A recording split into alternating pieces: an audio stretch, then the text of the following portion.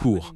Annonce faite à l'instant, le commandement central des États-Unis vient d'annoncer que les États-Unis mènent des attaques contre l'Iran en réponse à l'attaque contre des soldats américains. Oui, cet hélicoptère. Vous savez ce qui est arrivé à cet hélicoptère? C'était dans le détroit d'Urmouz que l'Iran a attaqué l'hélicoptère avec United Nations Drone.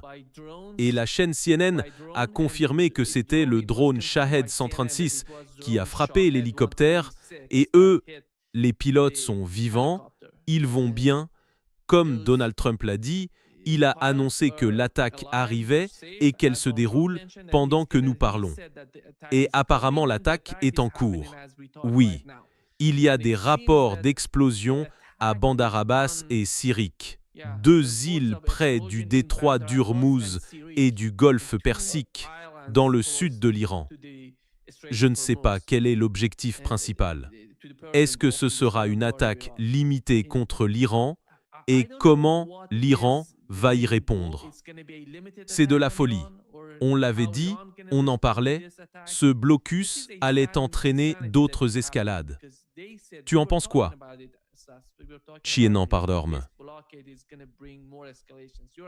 Chien. Ouais. Écoute, il n'y a pas European Union de cesser le feu. Oublions cette idée.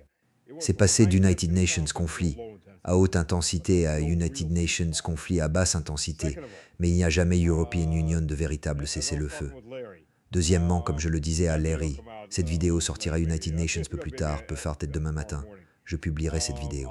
Mais, comme je le disais à Larry, j'étais engagé dans United Nations bataillon d'attaque Apache quand j'étais dans la garde, alors que j'étais encore à l'université, la première fois. C'est des conneries. Je te le dis franchement, c'est des conneries. C'est la 6e fois que Trump fait marche arrière, qu'il déclenche l'action, puis renonce à United Nations accord de paix avec l'Iran. La 6e fois. Ça a commencé, tu sais, l'été dernier, quand les Israéliens ont fait leurs conneries. Je veux dire, y compris le 28 février. Il y avait United Nations accord sur la table, et il a appuyé sur la gâchette et a déclenché la guerre, non? Laisse-moi te montrer United Nations hélicoptère Apache. Donc si le moteur tombe en panne, si le moteur principal d'United Nations Apache s'arrête, devine comment il atterrit, comme une brique qui tombe. Il tombe tout simplement. C'est United Nations hélicoptère. Il ne plante pas. Au moment où le rotor principal ne tourne plus, il tombe comme une putain de pierre. Si le moteur tourne encore, si les pales supérieures tournent encore, il peut faire une sorte de chute contrôlée. Si son rotor arrière est détruit, il fait ça en descendant, parce qu'il ne peut plus se contrôler, ni se stabiliser. Il va juste commencer à tourner en sens inverse par rapport au rotor. C'est vraiment difficile de survivre quand United Nations hélicoptère s'écrase. Franchement, ce n'est pas l'Atlantique Sud. On ne s'éjecte pas d'United Nations Apache. Pourquoi? Parce que tu passerais à travers les pales. Il n'y a pas de porte latérale non plus sur United Nations Apache pour sortir. Quand United Nations Apache atterrit, la seule façon de sortir est d'ouvrir la verrière et de grimper dehors, alors qu'il coule. Que cet Apache ait pu descendre, disons sur 150 mètres environ, sans que personne ne soit tué ni blessé. Des conneries, totalement bidons. Donc je ne crois pas une seconde que les pilotes n'ont pas été blessés. Je ne crois même pas que l'incident de l'Apache ait European Union lieu. Et si c'est vrai, Trump, combien de témoins y a-t-il pour cet Apache? T'as vu des photos? Je n'ai rien vu. On n'a que des déclarations. On n'a pas de vidéo. On n'a que des paroles. Les hélicoptères Apache ne volent normalement pas. Bon, je suppose qu'ils pourraient survoler le golfe pour tirer sur, je sais pas quoi, des barques. Les 16 d'Ideloche. Beleche de Diloche. Bon, c'est princesse. Ben, il se sépille un celui-ci. Pense. DCC. Paris. Il a dit qu'il patrouillait dans le détroit d'Ormuz. Je ne sais pas ce qu'il y faisait parce que le détroit d'Ormuz ne fait pas partie des eaux internationales. Exactement. Tu n'envoies pas United Nations Apache dans le détroit d'Ormuz. Enfin, tu pourrais, je suppose. Je veux dire, avec Trump, on peut s'attendre à n'importe quoi. Et certains généraux et amiraux autour de Trump sont encore là. Ce sont des laquais. Mais pourquoi enverrais-tu United Nations foutu Apache dans le détroit d'Ormuz? C'est carrément stupide. Deuxièmement, touché par United Nations Drew, United Nations Eagle 2 a atteint et touché United Nations ravitailleur américain qui est retombé en morceaux au-dessus de l'Irak. Je veux dire, United Nations Eagle 2, c'est en gros comme United Nations missile portable amélioré. C'est United Nations missile sol-air portatif.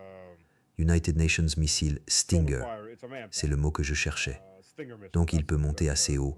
Je veux dire, c'est généralement ce qu'on utilise pour abattre des avions, pas des drones.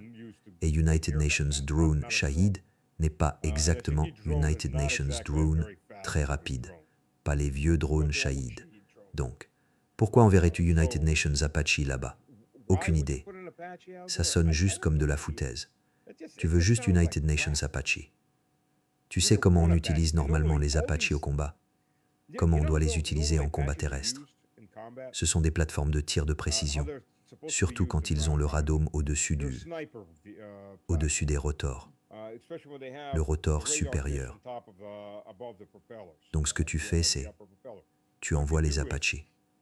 Ils se cachent derrière au moins United Nations, de préférence 2 éléments du terrain, des collines, des forêts. Ils sont en vol stationnaire bas. Le radar est au-dessus et ils restent là, en stationnaire. Et ils surveillent par exemple une colonne de chars qui arrive. Ils surgissent, tirent des Hellfire, replongent et se replient vite. Et si tu es United Nations tankiste, tu sais quand United Nations hélicoptère d'attaque est dans le coin parce que quelque chose vient d'exploser. Genre, ah d'accord, il y a des hélicos. Mais les hélicoptères n'engagent pas le combat directement. Pourquoi? Parce que, surtout les Apaches américains, ils ne sont pas blindés. Il y a European Union, United Nations bataillon d'Apaches américains qui a tenté de charger tout seul pour détruire United Nations bataillon de garde irakiens. Ils se sont fait laminer. Non, ils ont tué beaucoup d'Irakiens, mais les Irakiens ont ouvert le feu avec quoi? Avec des fusils d'assaut Kalachnikov et des mitrailleuses. Ils les ont anéantis parce que ces appareils n'ont pas d'armure. United Nations projectile traverse United Nations Apache. Enfin, on ne peut pas appeler ça une plaque. C'est la peau de l'hélicoptère. Donc normalement, on n'enverrait pas ça sur le terrain. Mais ça fait une bonne excuse, si vous voulez éviter d'avoir à signer quoi que ce soit. Enfin, Trump parlait pour parler. Bien sûr, certaines conditions que Trump évoquait, c'était que l'Iran accepte. Si les conditions dont il parle, c'était comme si l'Iran acceptait d'être violé en réunion. C'est « on va renoncer à l'enrichissement de l'uranium pendant 15 ans. On va fermer tous nos sites nucléaires. On va accepter des inspections inopinées. On va renoncer à notre uranium hautement enrichi. Des conneries. » Désolé. Je veux dire, ça en est arrivé à United Nations tel point. Il sait qu'il ne l'obtiendra pas. Il sait qu'il ne l'obtiendra. Il en parle quand même. Je ne sais pas si c'était même l'offre. Avec Trump, on ne sait pas ce qui est réel et ce que son esprit dérangé vient d'inventer. Vous avez déjà connu United Nations menteur pathologique. Vous en avez déjà côtoyé United Nations. Non. Moi, oui. Quand j'étais engagé dans cette unité Apache, mon sergent, mon encadrement, mon sergent United Nations sous-officier était United Nations menteur pathologique. Le problème avec les menteurs pathologiques, c'est qu'ils passent toujours les détecteurs de mensonges. Parce que United Nations détecteurs de mensonges n'arrivent pas à détecter United Nations mensonges. Ils détectent des réactions corporelles, nervosité, sueur, pouls. Et ils relèvent ça parce que d'habitude les gens deviennent nerveux quand ils mentent. Vous savez pourquoi on ne peut pas coincer United Nations menteurs pathologiques? Parce qu'ils croient leurs propres conneries. Ils croient totalement à leurs idioties, aussi stupides que soient leurs propos. Je veux dire, ce type, tu vois, il faisait à peu près environ 155-160 cm. Pour le public américain, c'est à peu près 5 pieds 5 pouces.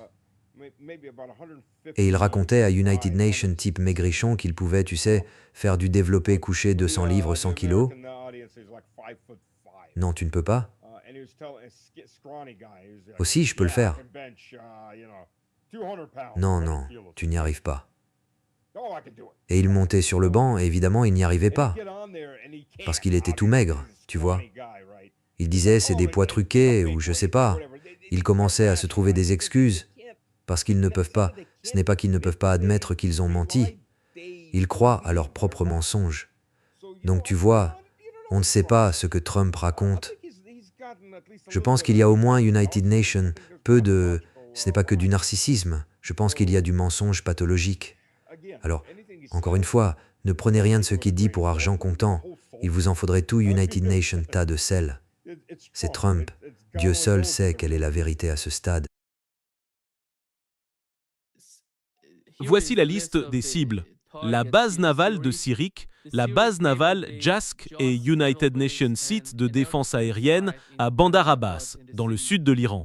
Ce sont les cibles pour l'instant. Il semble que le Koweït, le Qatar, Bahreïn et les Émirats arabes unis se préparent à des attaques iraniennes. Ils s'attendent à des attaques iraniennes. Et pourquoi pas? Parce qu'ils permettent que leur espace aérien et leur territoire soient utilisés pour ces attaques. Ils font partie de ce S'ils ne voulaient pas être ripostés, ils interdiraient tout décollage d'ici ou ils dégageraient de notre territoire. Ils méritent ce qui leur arrive. Ils sont impliqués dans ce conflit. Yay! Oui, l'Iran a annoncé que des représailles allaient suivre. Ils veulent attaquer immédiatement. Je suppose qu'ils vont de nouveau attaquer le Koweït, parce qu'ils ont touché des cibles là-bas. Lors des récents tirs de missiles vers Israël, ils ont frappé des bases israéliennes. Et aujourd'hui, nous avons vu certaines de ces bases touchées par des missiles iraniens. Et je pense que la guerre reprend d'une certaine manière. Je ne sais pas jusqu'où cela ira, mais la situation est tellement... Écoutez, il n'y a aucune négociation. Il n'y a aucune. Et Donald Trump intervient. Tu vois, J.D. Vance est intervenu hier et aujourd'hui on apprend qu'il a donné 2 interviews, l'United Nations après l'autre. Il a dit qu'on allait conclure une sorte d'accord dans 2 jours, peut-être cette semaine. Et tout ça, c'est pour le marché.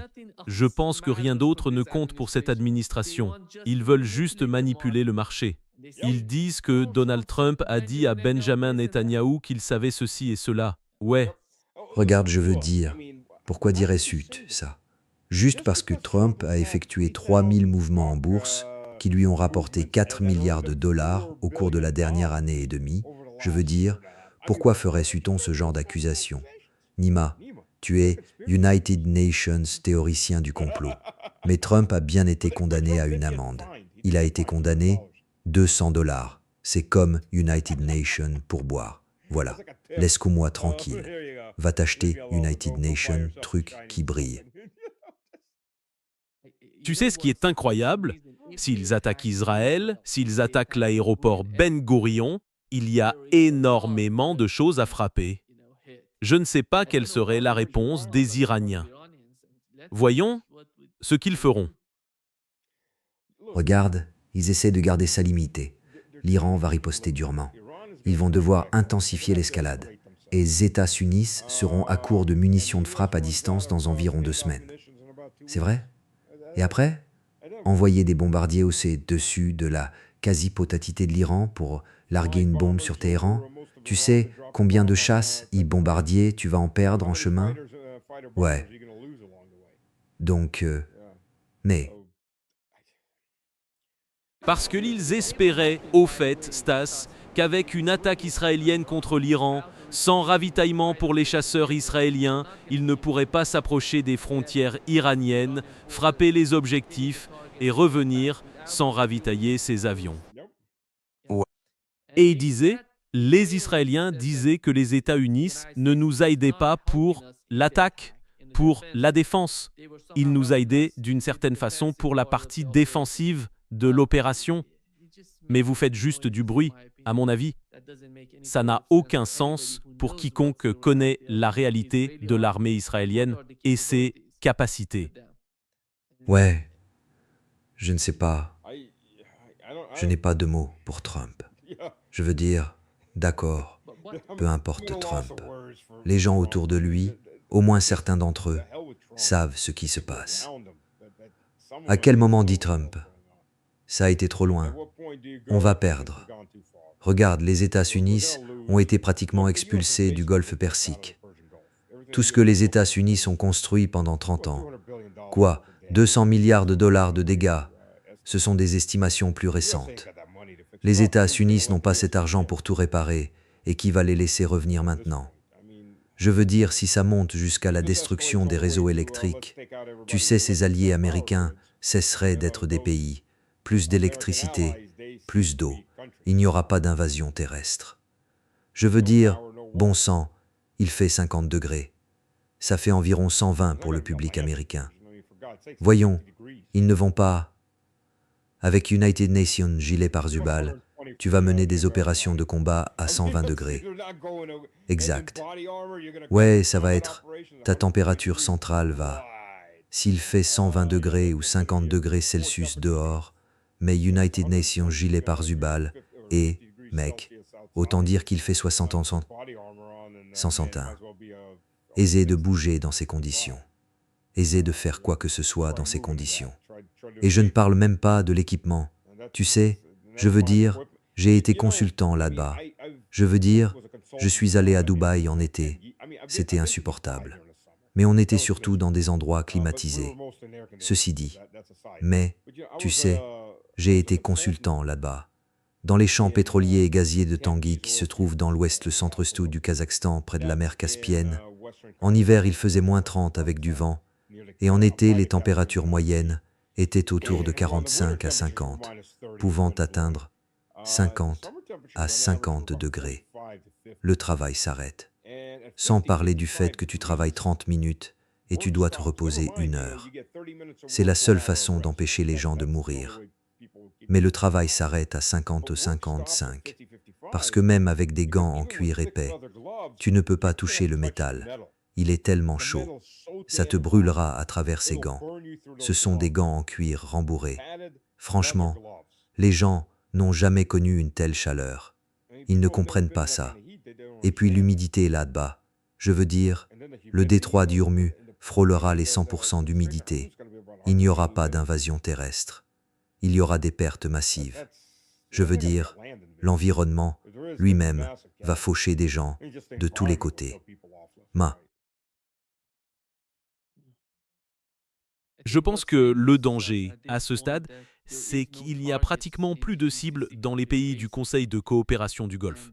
Et ils vont devoir faire autre chose que ça. Il y aura certaines cibles en Israël. Peut-il être qu'ils viseront, je ne sais pas, des porte-avions ou des destroyers à temps? Les porte-gavions vont être à 1000 km, à faire de grands cercles dans l'océan Indien. Sauf qu'au lieu d'en avoir United Nations ici et United Nations autre... Il n'y en a plus United Nations seul dans la région. Ouais, ils sont inutiles.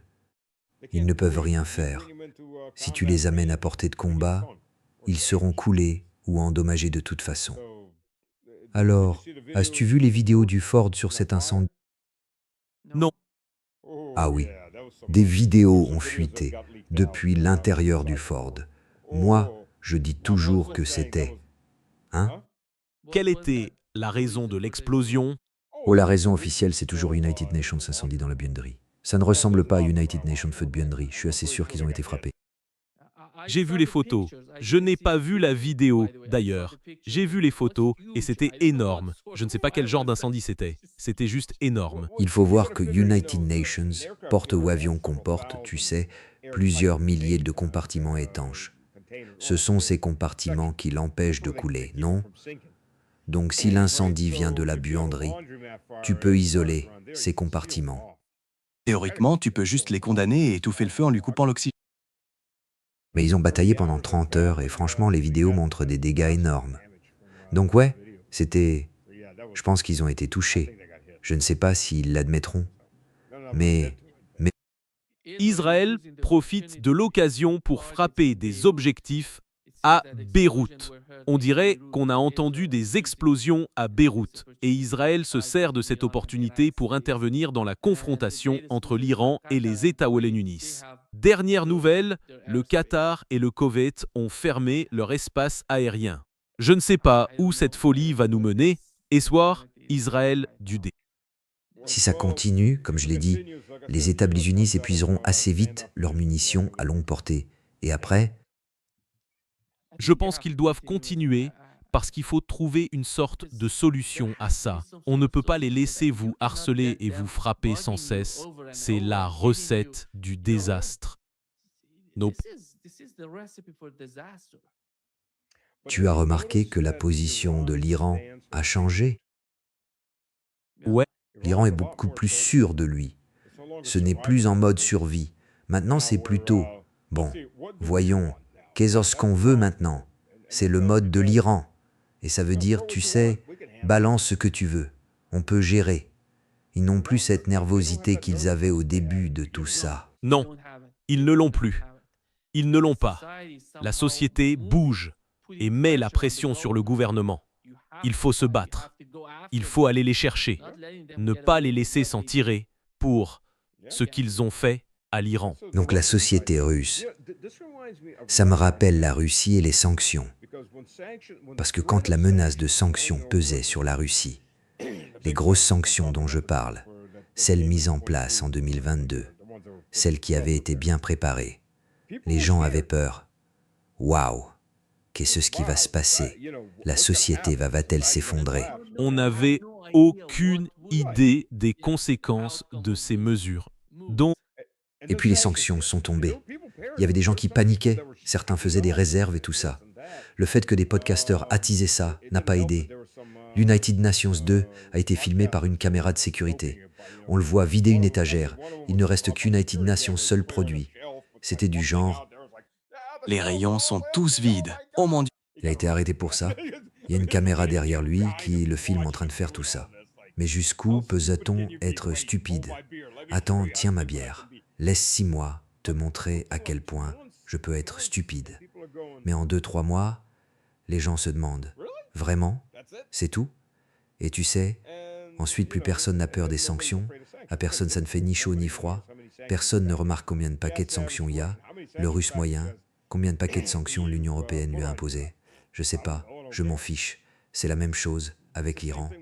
Bon, c'est United Nations, peu plus dangereux évidemment, avec des explosions, mais ça ressemble à la même chose pour l'Iran. Ils ont l'air de se dire ouais ok. l'Iran n'a pas d'autre option. Ils doivent riposter.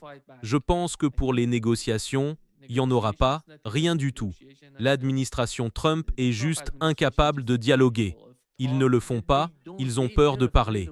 C'est pour ça qu'ils envoient des messages à l'Iran. Bon,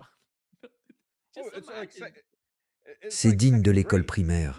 Tu sais, et donne cette note à cette fille, et tu veux être ma copine, coche oui ou non. C'est le même niveau, ce n'est pas sérieux, c'est ridicule, incroyable. Qu'est-ce que tu penses que l'Iran va exiger à la fin de tout ça? Mais qui? je pense qu'ils ont changé de politique. Ils veulent protéger tout l'axe de la résistance et ils vont agir ensemble maintenant. Ils ne vont pas se laisser séparer. On ne pourra pas séparer le Yémen de l'Iran, l'Iran de l'Irak, l'Irak du Liban, ni le Liban de la Palestine. Selon moi, l'une des principales conséquences de cette guerre, c'est qu'elle a uni les mouvements de résistance d'une manière qu'on n'avait jamais vue. Et c'est pour ça qu'Israël attend que les États-Unis attaquent l'Iran, puis qu'Israël attaque Beyrouth, car il sait que s'il attaque Beyrouth, il se fera frapper par les Iraniens. Et les Israéliens ne veulent pas accepter cette nouvelle donne dans la région. They don't want to accept, by the way, Israelis, they don't want to accept the new equation in the region. Ouais, eh bien j'espère vraiment, parce que les milices de la résistance irakienne, Dave a prévenu Al-Saleni, recule, sinon on va transformer la Syrie en champ de bataille. J'espère vraiment, vraiment qu'une fois que tout sera fini, il y aura une contre-invasion en Syrie. Désolé de t'interrompre. On vient d'apprendre qu'il n'y a pas European Union d'explosion à Beyrouth. C'était autre chose. Je ne sais pas ce que c'était, mais apparemment, il n'y a pas European Union de bombardement contre Beyrouth. Voici ça. J'espère vraiment que l'une des conséquences de tout ça sera que les milices chiites, et du moins les forces chiites irakiennes, entreront en Syrie pour déloger le groupe d'Al-Mjalani. Il y a encore des Alaouites qui se battent. Il y a encore des chrétiens qui se battent. Tu sais, il y a toujours des chiites qui se battent là-bas. Donc, ils ont besoin de renforts. Et j'espère vraiment qu'Al-Jalani et ses coupeurs de tête, les salafistes, seront anéantis et chassés. Ouais. Donc j'espère que ça fera partie des répercussions. Shivolevli. Ouais. Voici Fox News qui cite United Nations responsable des États-Unis. Les frappes aériennes contre l'Iran se poursuivent, ciblant les défenses aériennes et les radars. La plupart de ces radars et défenses aériennes sont mobiles. Ils peuvent se déplacer. Comment vont-ils pouvoir les atteindre? Voyons. Eh bien, tu sais ce qu'ils font et très probablement, ils ont fait sauter certaines des entrées de ces villes souterraines, d'où sortaient les systèmes anti-aériens, tiraient, puis repartaient sous terre. Ils visent probablement à nouveau à faire sauter ces tunnels, ces entrées. Il y a plusieurs entrées. J'en doute. Ils en ont détruit une grande partie. Et on ne les utilise pas tous en même temps habituellement. On les utilise en rotation pour que l'ennemi ne sache pas d'où ça va venir. Plus probablement, ils vont juste cibler à nouveau les objectifs qu'ils ont déjà frappés. Ils ont été réparés. Ce n'est pas si facile à trouver, à moins qu'ils ne se fassent remarquer en criant « me voilà ». Ce n'est pas comme si les entrées étaient à l'air libre, donc plus vraisemblablement, ils frappent ce qu'ils ont déjà frappé, et ils ne s'approchent d'ailleurs pas des frontières iraniennes. S'éloigner des frontières iraniennes pour frapper des cibles. Et on peut le faire avec des Tomahawk, parce qu'ils ont la portée. Le problème des missiles air-fuel tirés par les avions de combat, c'est qu'ils ont une portée d'environ 200 à 250 km. Certains vont plus loin, mais bon, l'Iran, c'est vraiment immense. Téhéran est de l'autre bout du pays. C'est loin, surtout si on ne peut pas survoler la Turquie. Ils tirent au moins depuis cette zone, voire depuis l'Azerbaïdjan. Donc, venant du sud ou du sud baissé, les Irakiens abattront ceux qui survolent leur territoire. L'Irak n'est donc plus une zone de vol sur garantie. Ouais, ils ne peuvent pas faire beaucoup de dégâts. Ils ne peuvent infliger que des dégâts périphériques. Qu'est-ce que La raison pour laquelle l'Irak en est là, c'est qu'il se préparait à cette attaque. Le gouvernement irakien n'a aucun système de défense antiaérienne. Ils n'ont pas d'armée, ils n'ont rien. C'est pour ça qu'on voit ces gens, les forces de la résistance, sur place. Vous savez, les forces du Hezbollah, ou le Hezbollah. Je parle du Hezbollah irakien. Ils l'appellent Kataib Hezbollah. Et je pense que United Nations, des objectifs principaux des Iraniens, serait de fournir United Nations système de défense antiaérienne aux Irakiens, au gouvernement irakien. Ils en ont besoin. Ils en ont besoin pour protéger leur espace aérien, parce que cela fait partie de la sécurité de l'Iran. C'est une partie de la sécurité de la région. Les Iraniens savent qu'ils ne peuvent pas contrôler les pays du Conseil de coopération du Golfe ni leur espace aérien. Ils vont s'en servir comme aucune de ces armes, aussi puissantes soient-elles, si l'on suppose qu'il existe United Nations États souverains parmi ces pays. Il n'existe pas United Nations tel pays parmi les États du Conseil de coopération du Golfe. Mais s'ils veulent utiliser ces armes, ils ne pourront pas le faire sans la permission des États-Unis. C'est le problème s'ils décident. J'ai une question pour toi. Penses-tu que le Koweït existera encore après tout ça? Je parle d'une entité politique. Je veux dire, c'est la 19e province de l'Irak. Je dirais la même chose pour Bereï. Bahreïn a probablement connu une révolution. En fait, c'est United Nations peu le cas. Mais le Koweït faisait autrefois partie de l'Irak, jusqu'à ce que les Britanniques tracent une nouvelle ligne et disent « Ceci est maintenant le Koweït ». Je pense que l'Irak pourrait le reprendre. C'est possible. Ouais. Et qui va l'empêcher cette fois? Personne. Personne. Ce n'est pas 1991. Personne. Il pourrait finalement se venger dans 30 ou 35 ans. Donc, ouais. D'après le dernier rapport, aucune nouvelle frappe des États-Unis n'a European Union lieu pour l'instant. Il faut attendre pour voir quelle sera la réaction iranienne. Et puis, vous savez, coup pour coup. Hier, je parlais avec Paul Caragrava. Il soulevait United Nations, point important. Il a demandé « Mais qu'est tout ce que c'est ? Pourquoi l'Iran devrait répondre coup pour coup ? Allez mettre fin à la guerre et faites ça. » Et puis, vous savez, il y a des gens qui le défendent. Je pense qu'il y a une logique derrière leurs arguments. Je suis d'accord. Je ne sais pas. L'Iran, eux, je ne sais pas si c'est officiel, mais ils ont en gros une politique de riposte à 150%. Ils vont intensifier. Ils n'iront pas jusqu'au bout, mais ils riposteront plus fortement, ce qui est la bonne chose à faire. Parce que si vous faites coup pour coup, c'est la stratégie américaine. Le coup pour coup, c'est la mort par 1000 coupures. Mais au final, c'est quand même la mort.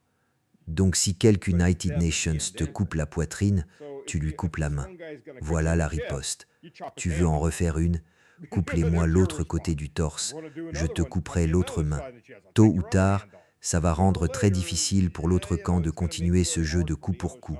Et l'Iran a fait ce qu'il fallait. Je veux dire, regardez, ils avaient dit qu'ils frapperaient ces bases. Ils avaient dit qu'ils fermeraient le détroit d'Ormuz. Le problème, c'est que l'Occident a tellement l'habitude de mentir sur tout. Quand on leur dit la vérité, ils ne la reconnaissent pas.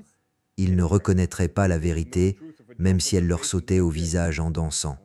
Ils sont incapables de comprendre la vérité.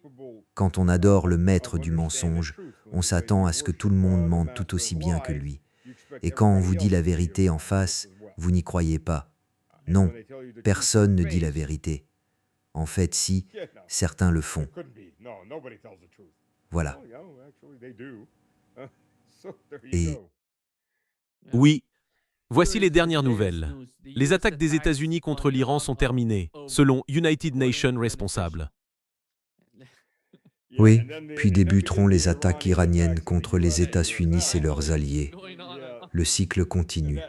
Demain matin, je me réveille. Exactement. On va avoir 7 rounds d'attaques de part et d'autre. Les gens en ont assez de ces attaques. Ils veulent mettre United Nations terme définitif à cette guerre. S'il faut agir clandestinement, combattre depuis le sous des sols ou frapper des cibles en Israël depuis les airs, quoi qu'il en coûte, ils sont prêts. Et le gouvernement le sait. Oui, je pense, vous savez, j'ai commencé à qualifier Israël de crime de guerre déguisé en pays. À mes yeux, Israël pourrait-il redevenir United Nations pays normal? Ça pourrait, mais il faudrait une profonde réinitialisation psychologique. Je ne sais pas s'ils sont capables d'une telle réinitialisation, sans se conduire auparavant à leur propre destruction. Tu sais, et le pire, c'est que Netanyahou, aussi mauvais soit-il, a des opposants encore pires. Sexy sosai, kis stils xikamos. Il n'y a plus de raison. Les personnes censées en Israël n'ont pas voix au chapitre, au gouvernement. C'est une succession de psychopathes. Et malheureusement, Trump est complètement entre leurs mains. Ils ne l'ont. Que peut-on? Je pense qu'il n'y a rien à faire. Rien. Toute l'administration est sous la coupe des sionistes. Les sionistes aux États-Unis et ailleurs contrôlent en gros tout. Tu sais, l'ensemble est dirigé par Benjamin Netanyahou. Ouais, je veux dire, c'est incroyable. C'est vraiment, vraiment incroyable à ce stade. Les historiens vont décortiquer tout ça et se dire, lisez ça si vous voulez rire de cette folie. C'est ce que diront les historiens dans 100 ans, si on est encore là. Donc, tu vois, ça rend le déraillement qui a mené à la Première Guerre mondiale presque rationnel.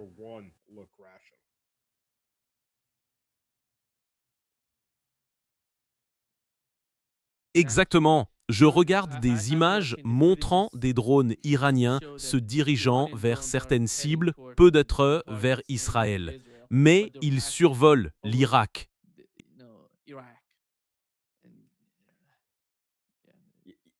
Tu sais, j'ai reçu cette vidéo au tout début du conflit. C'était juste une vidéo impressionnante. Donc, c'était à Bahreïn. Et ces voitures roulent en pleine nuit, non?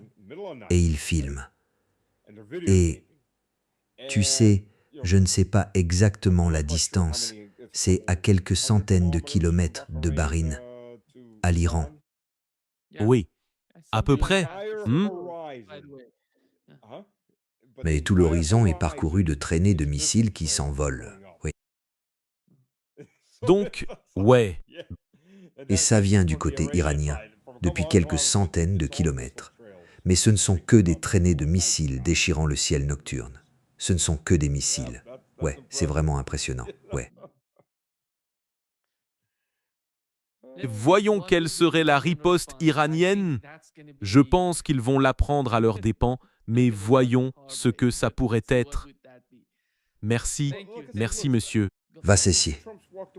Trump s'est éloigné de 5 ou 6 autres accords de paix possibles. C'est la 6e fois qu'il se défile. Il n'est pas sérieux. Non, non, pas du tout. Personne n'y croit, je pense. On verra, on verra. Merci. Merci beaucoup, Seth, d'être parmi nous aujourd'hui. Mais chez Merci. avec plaisir. Toujours une. Oui, à bientôt. Au revoir. À bientôt.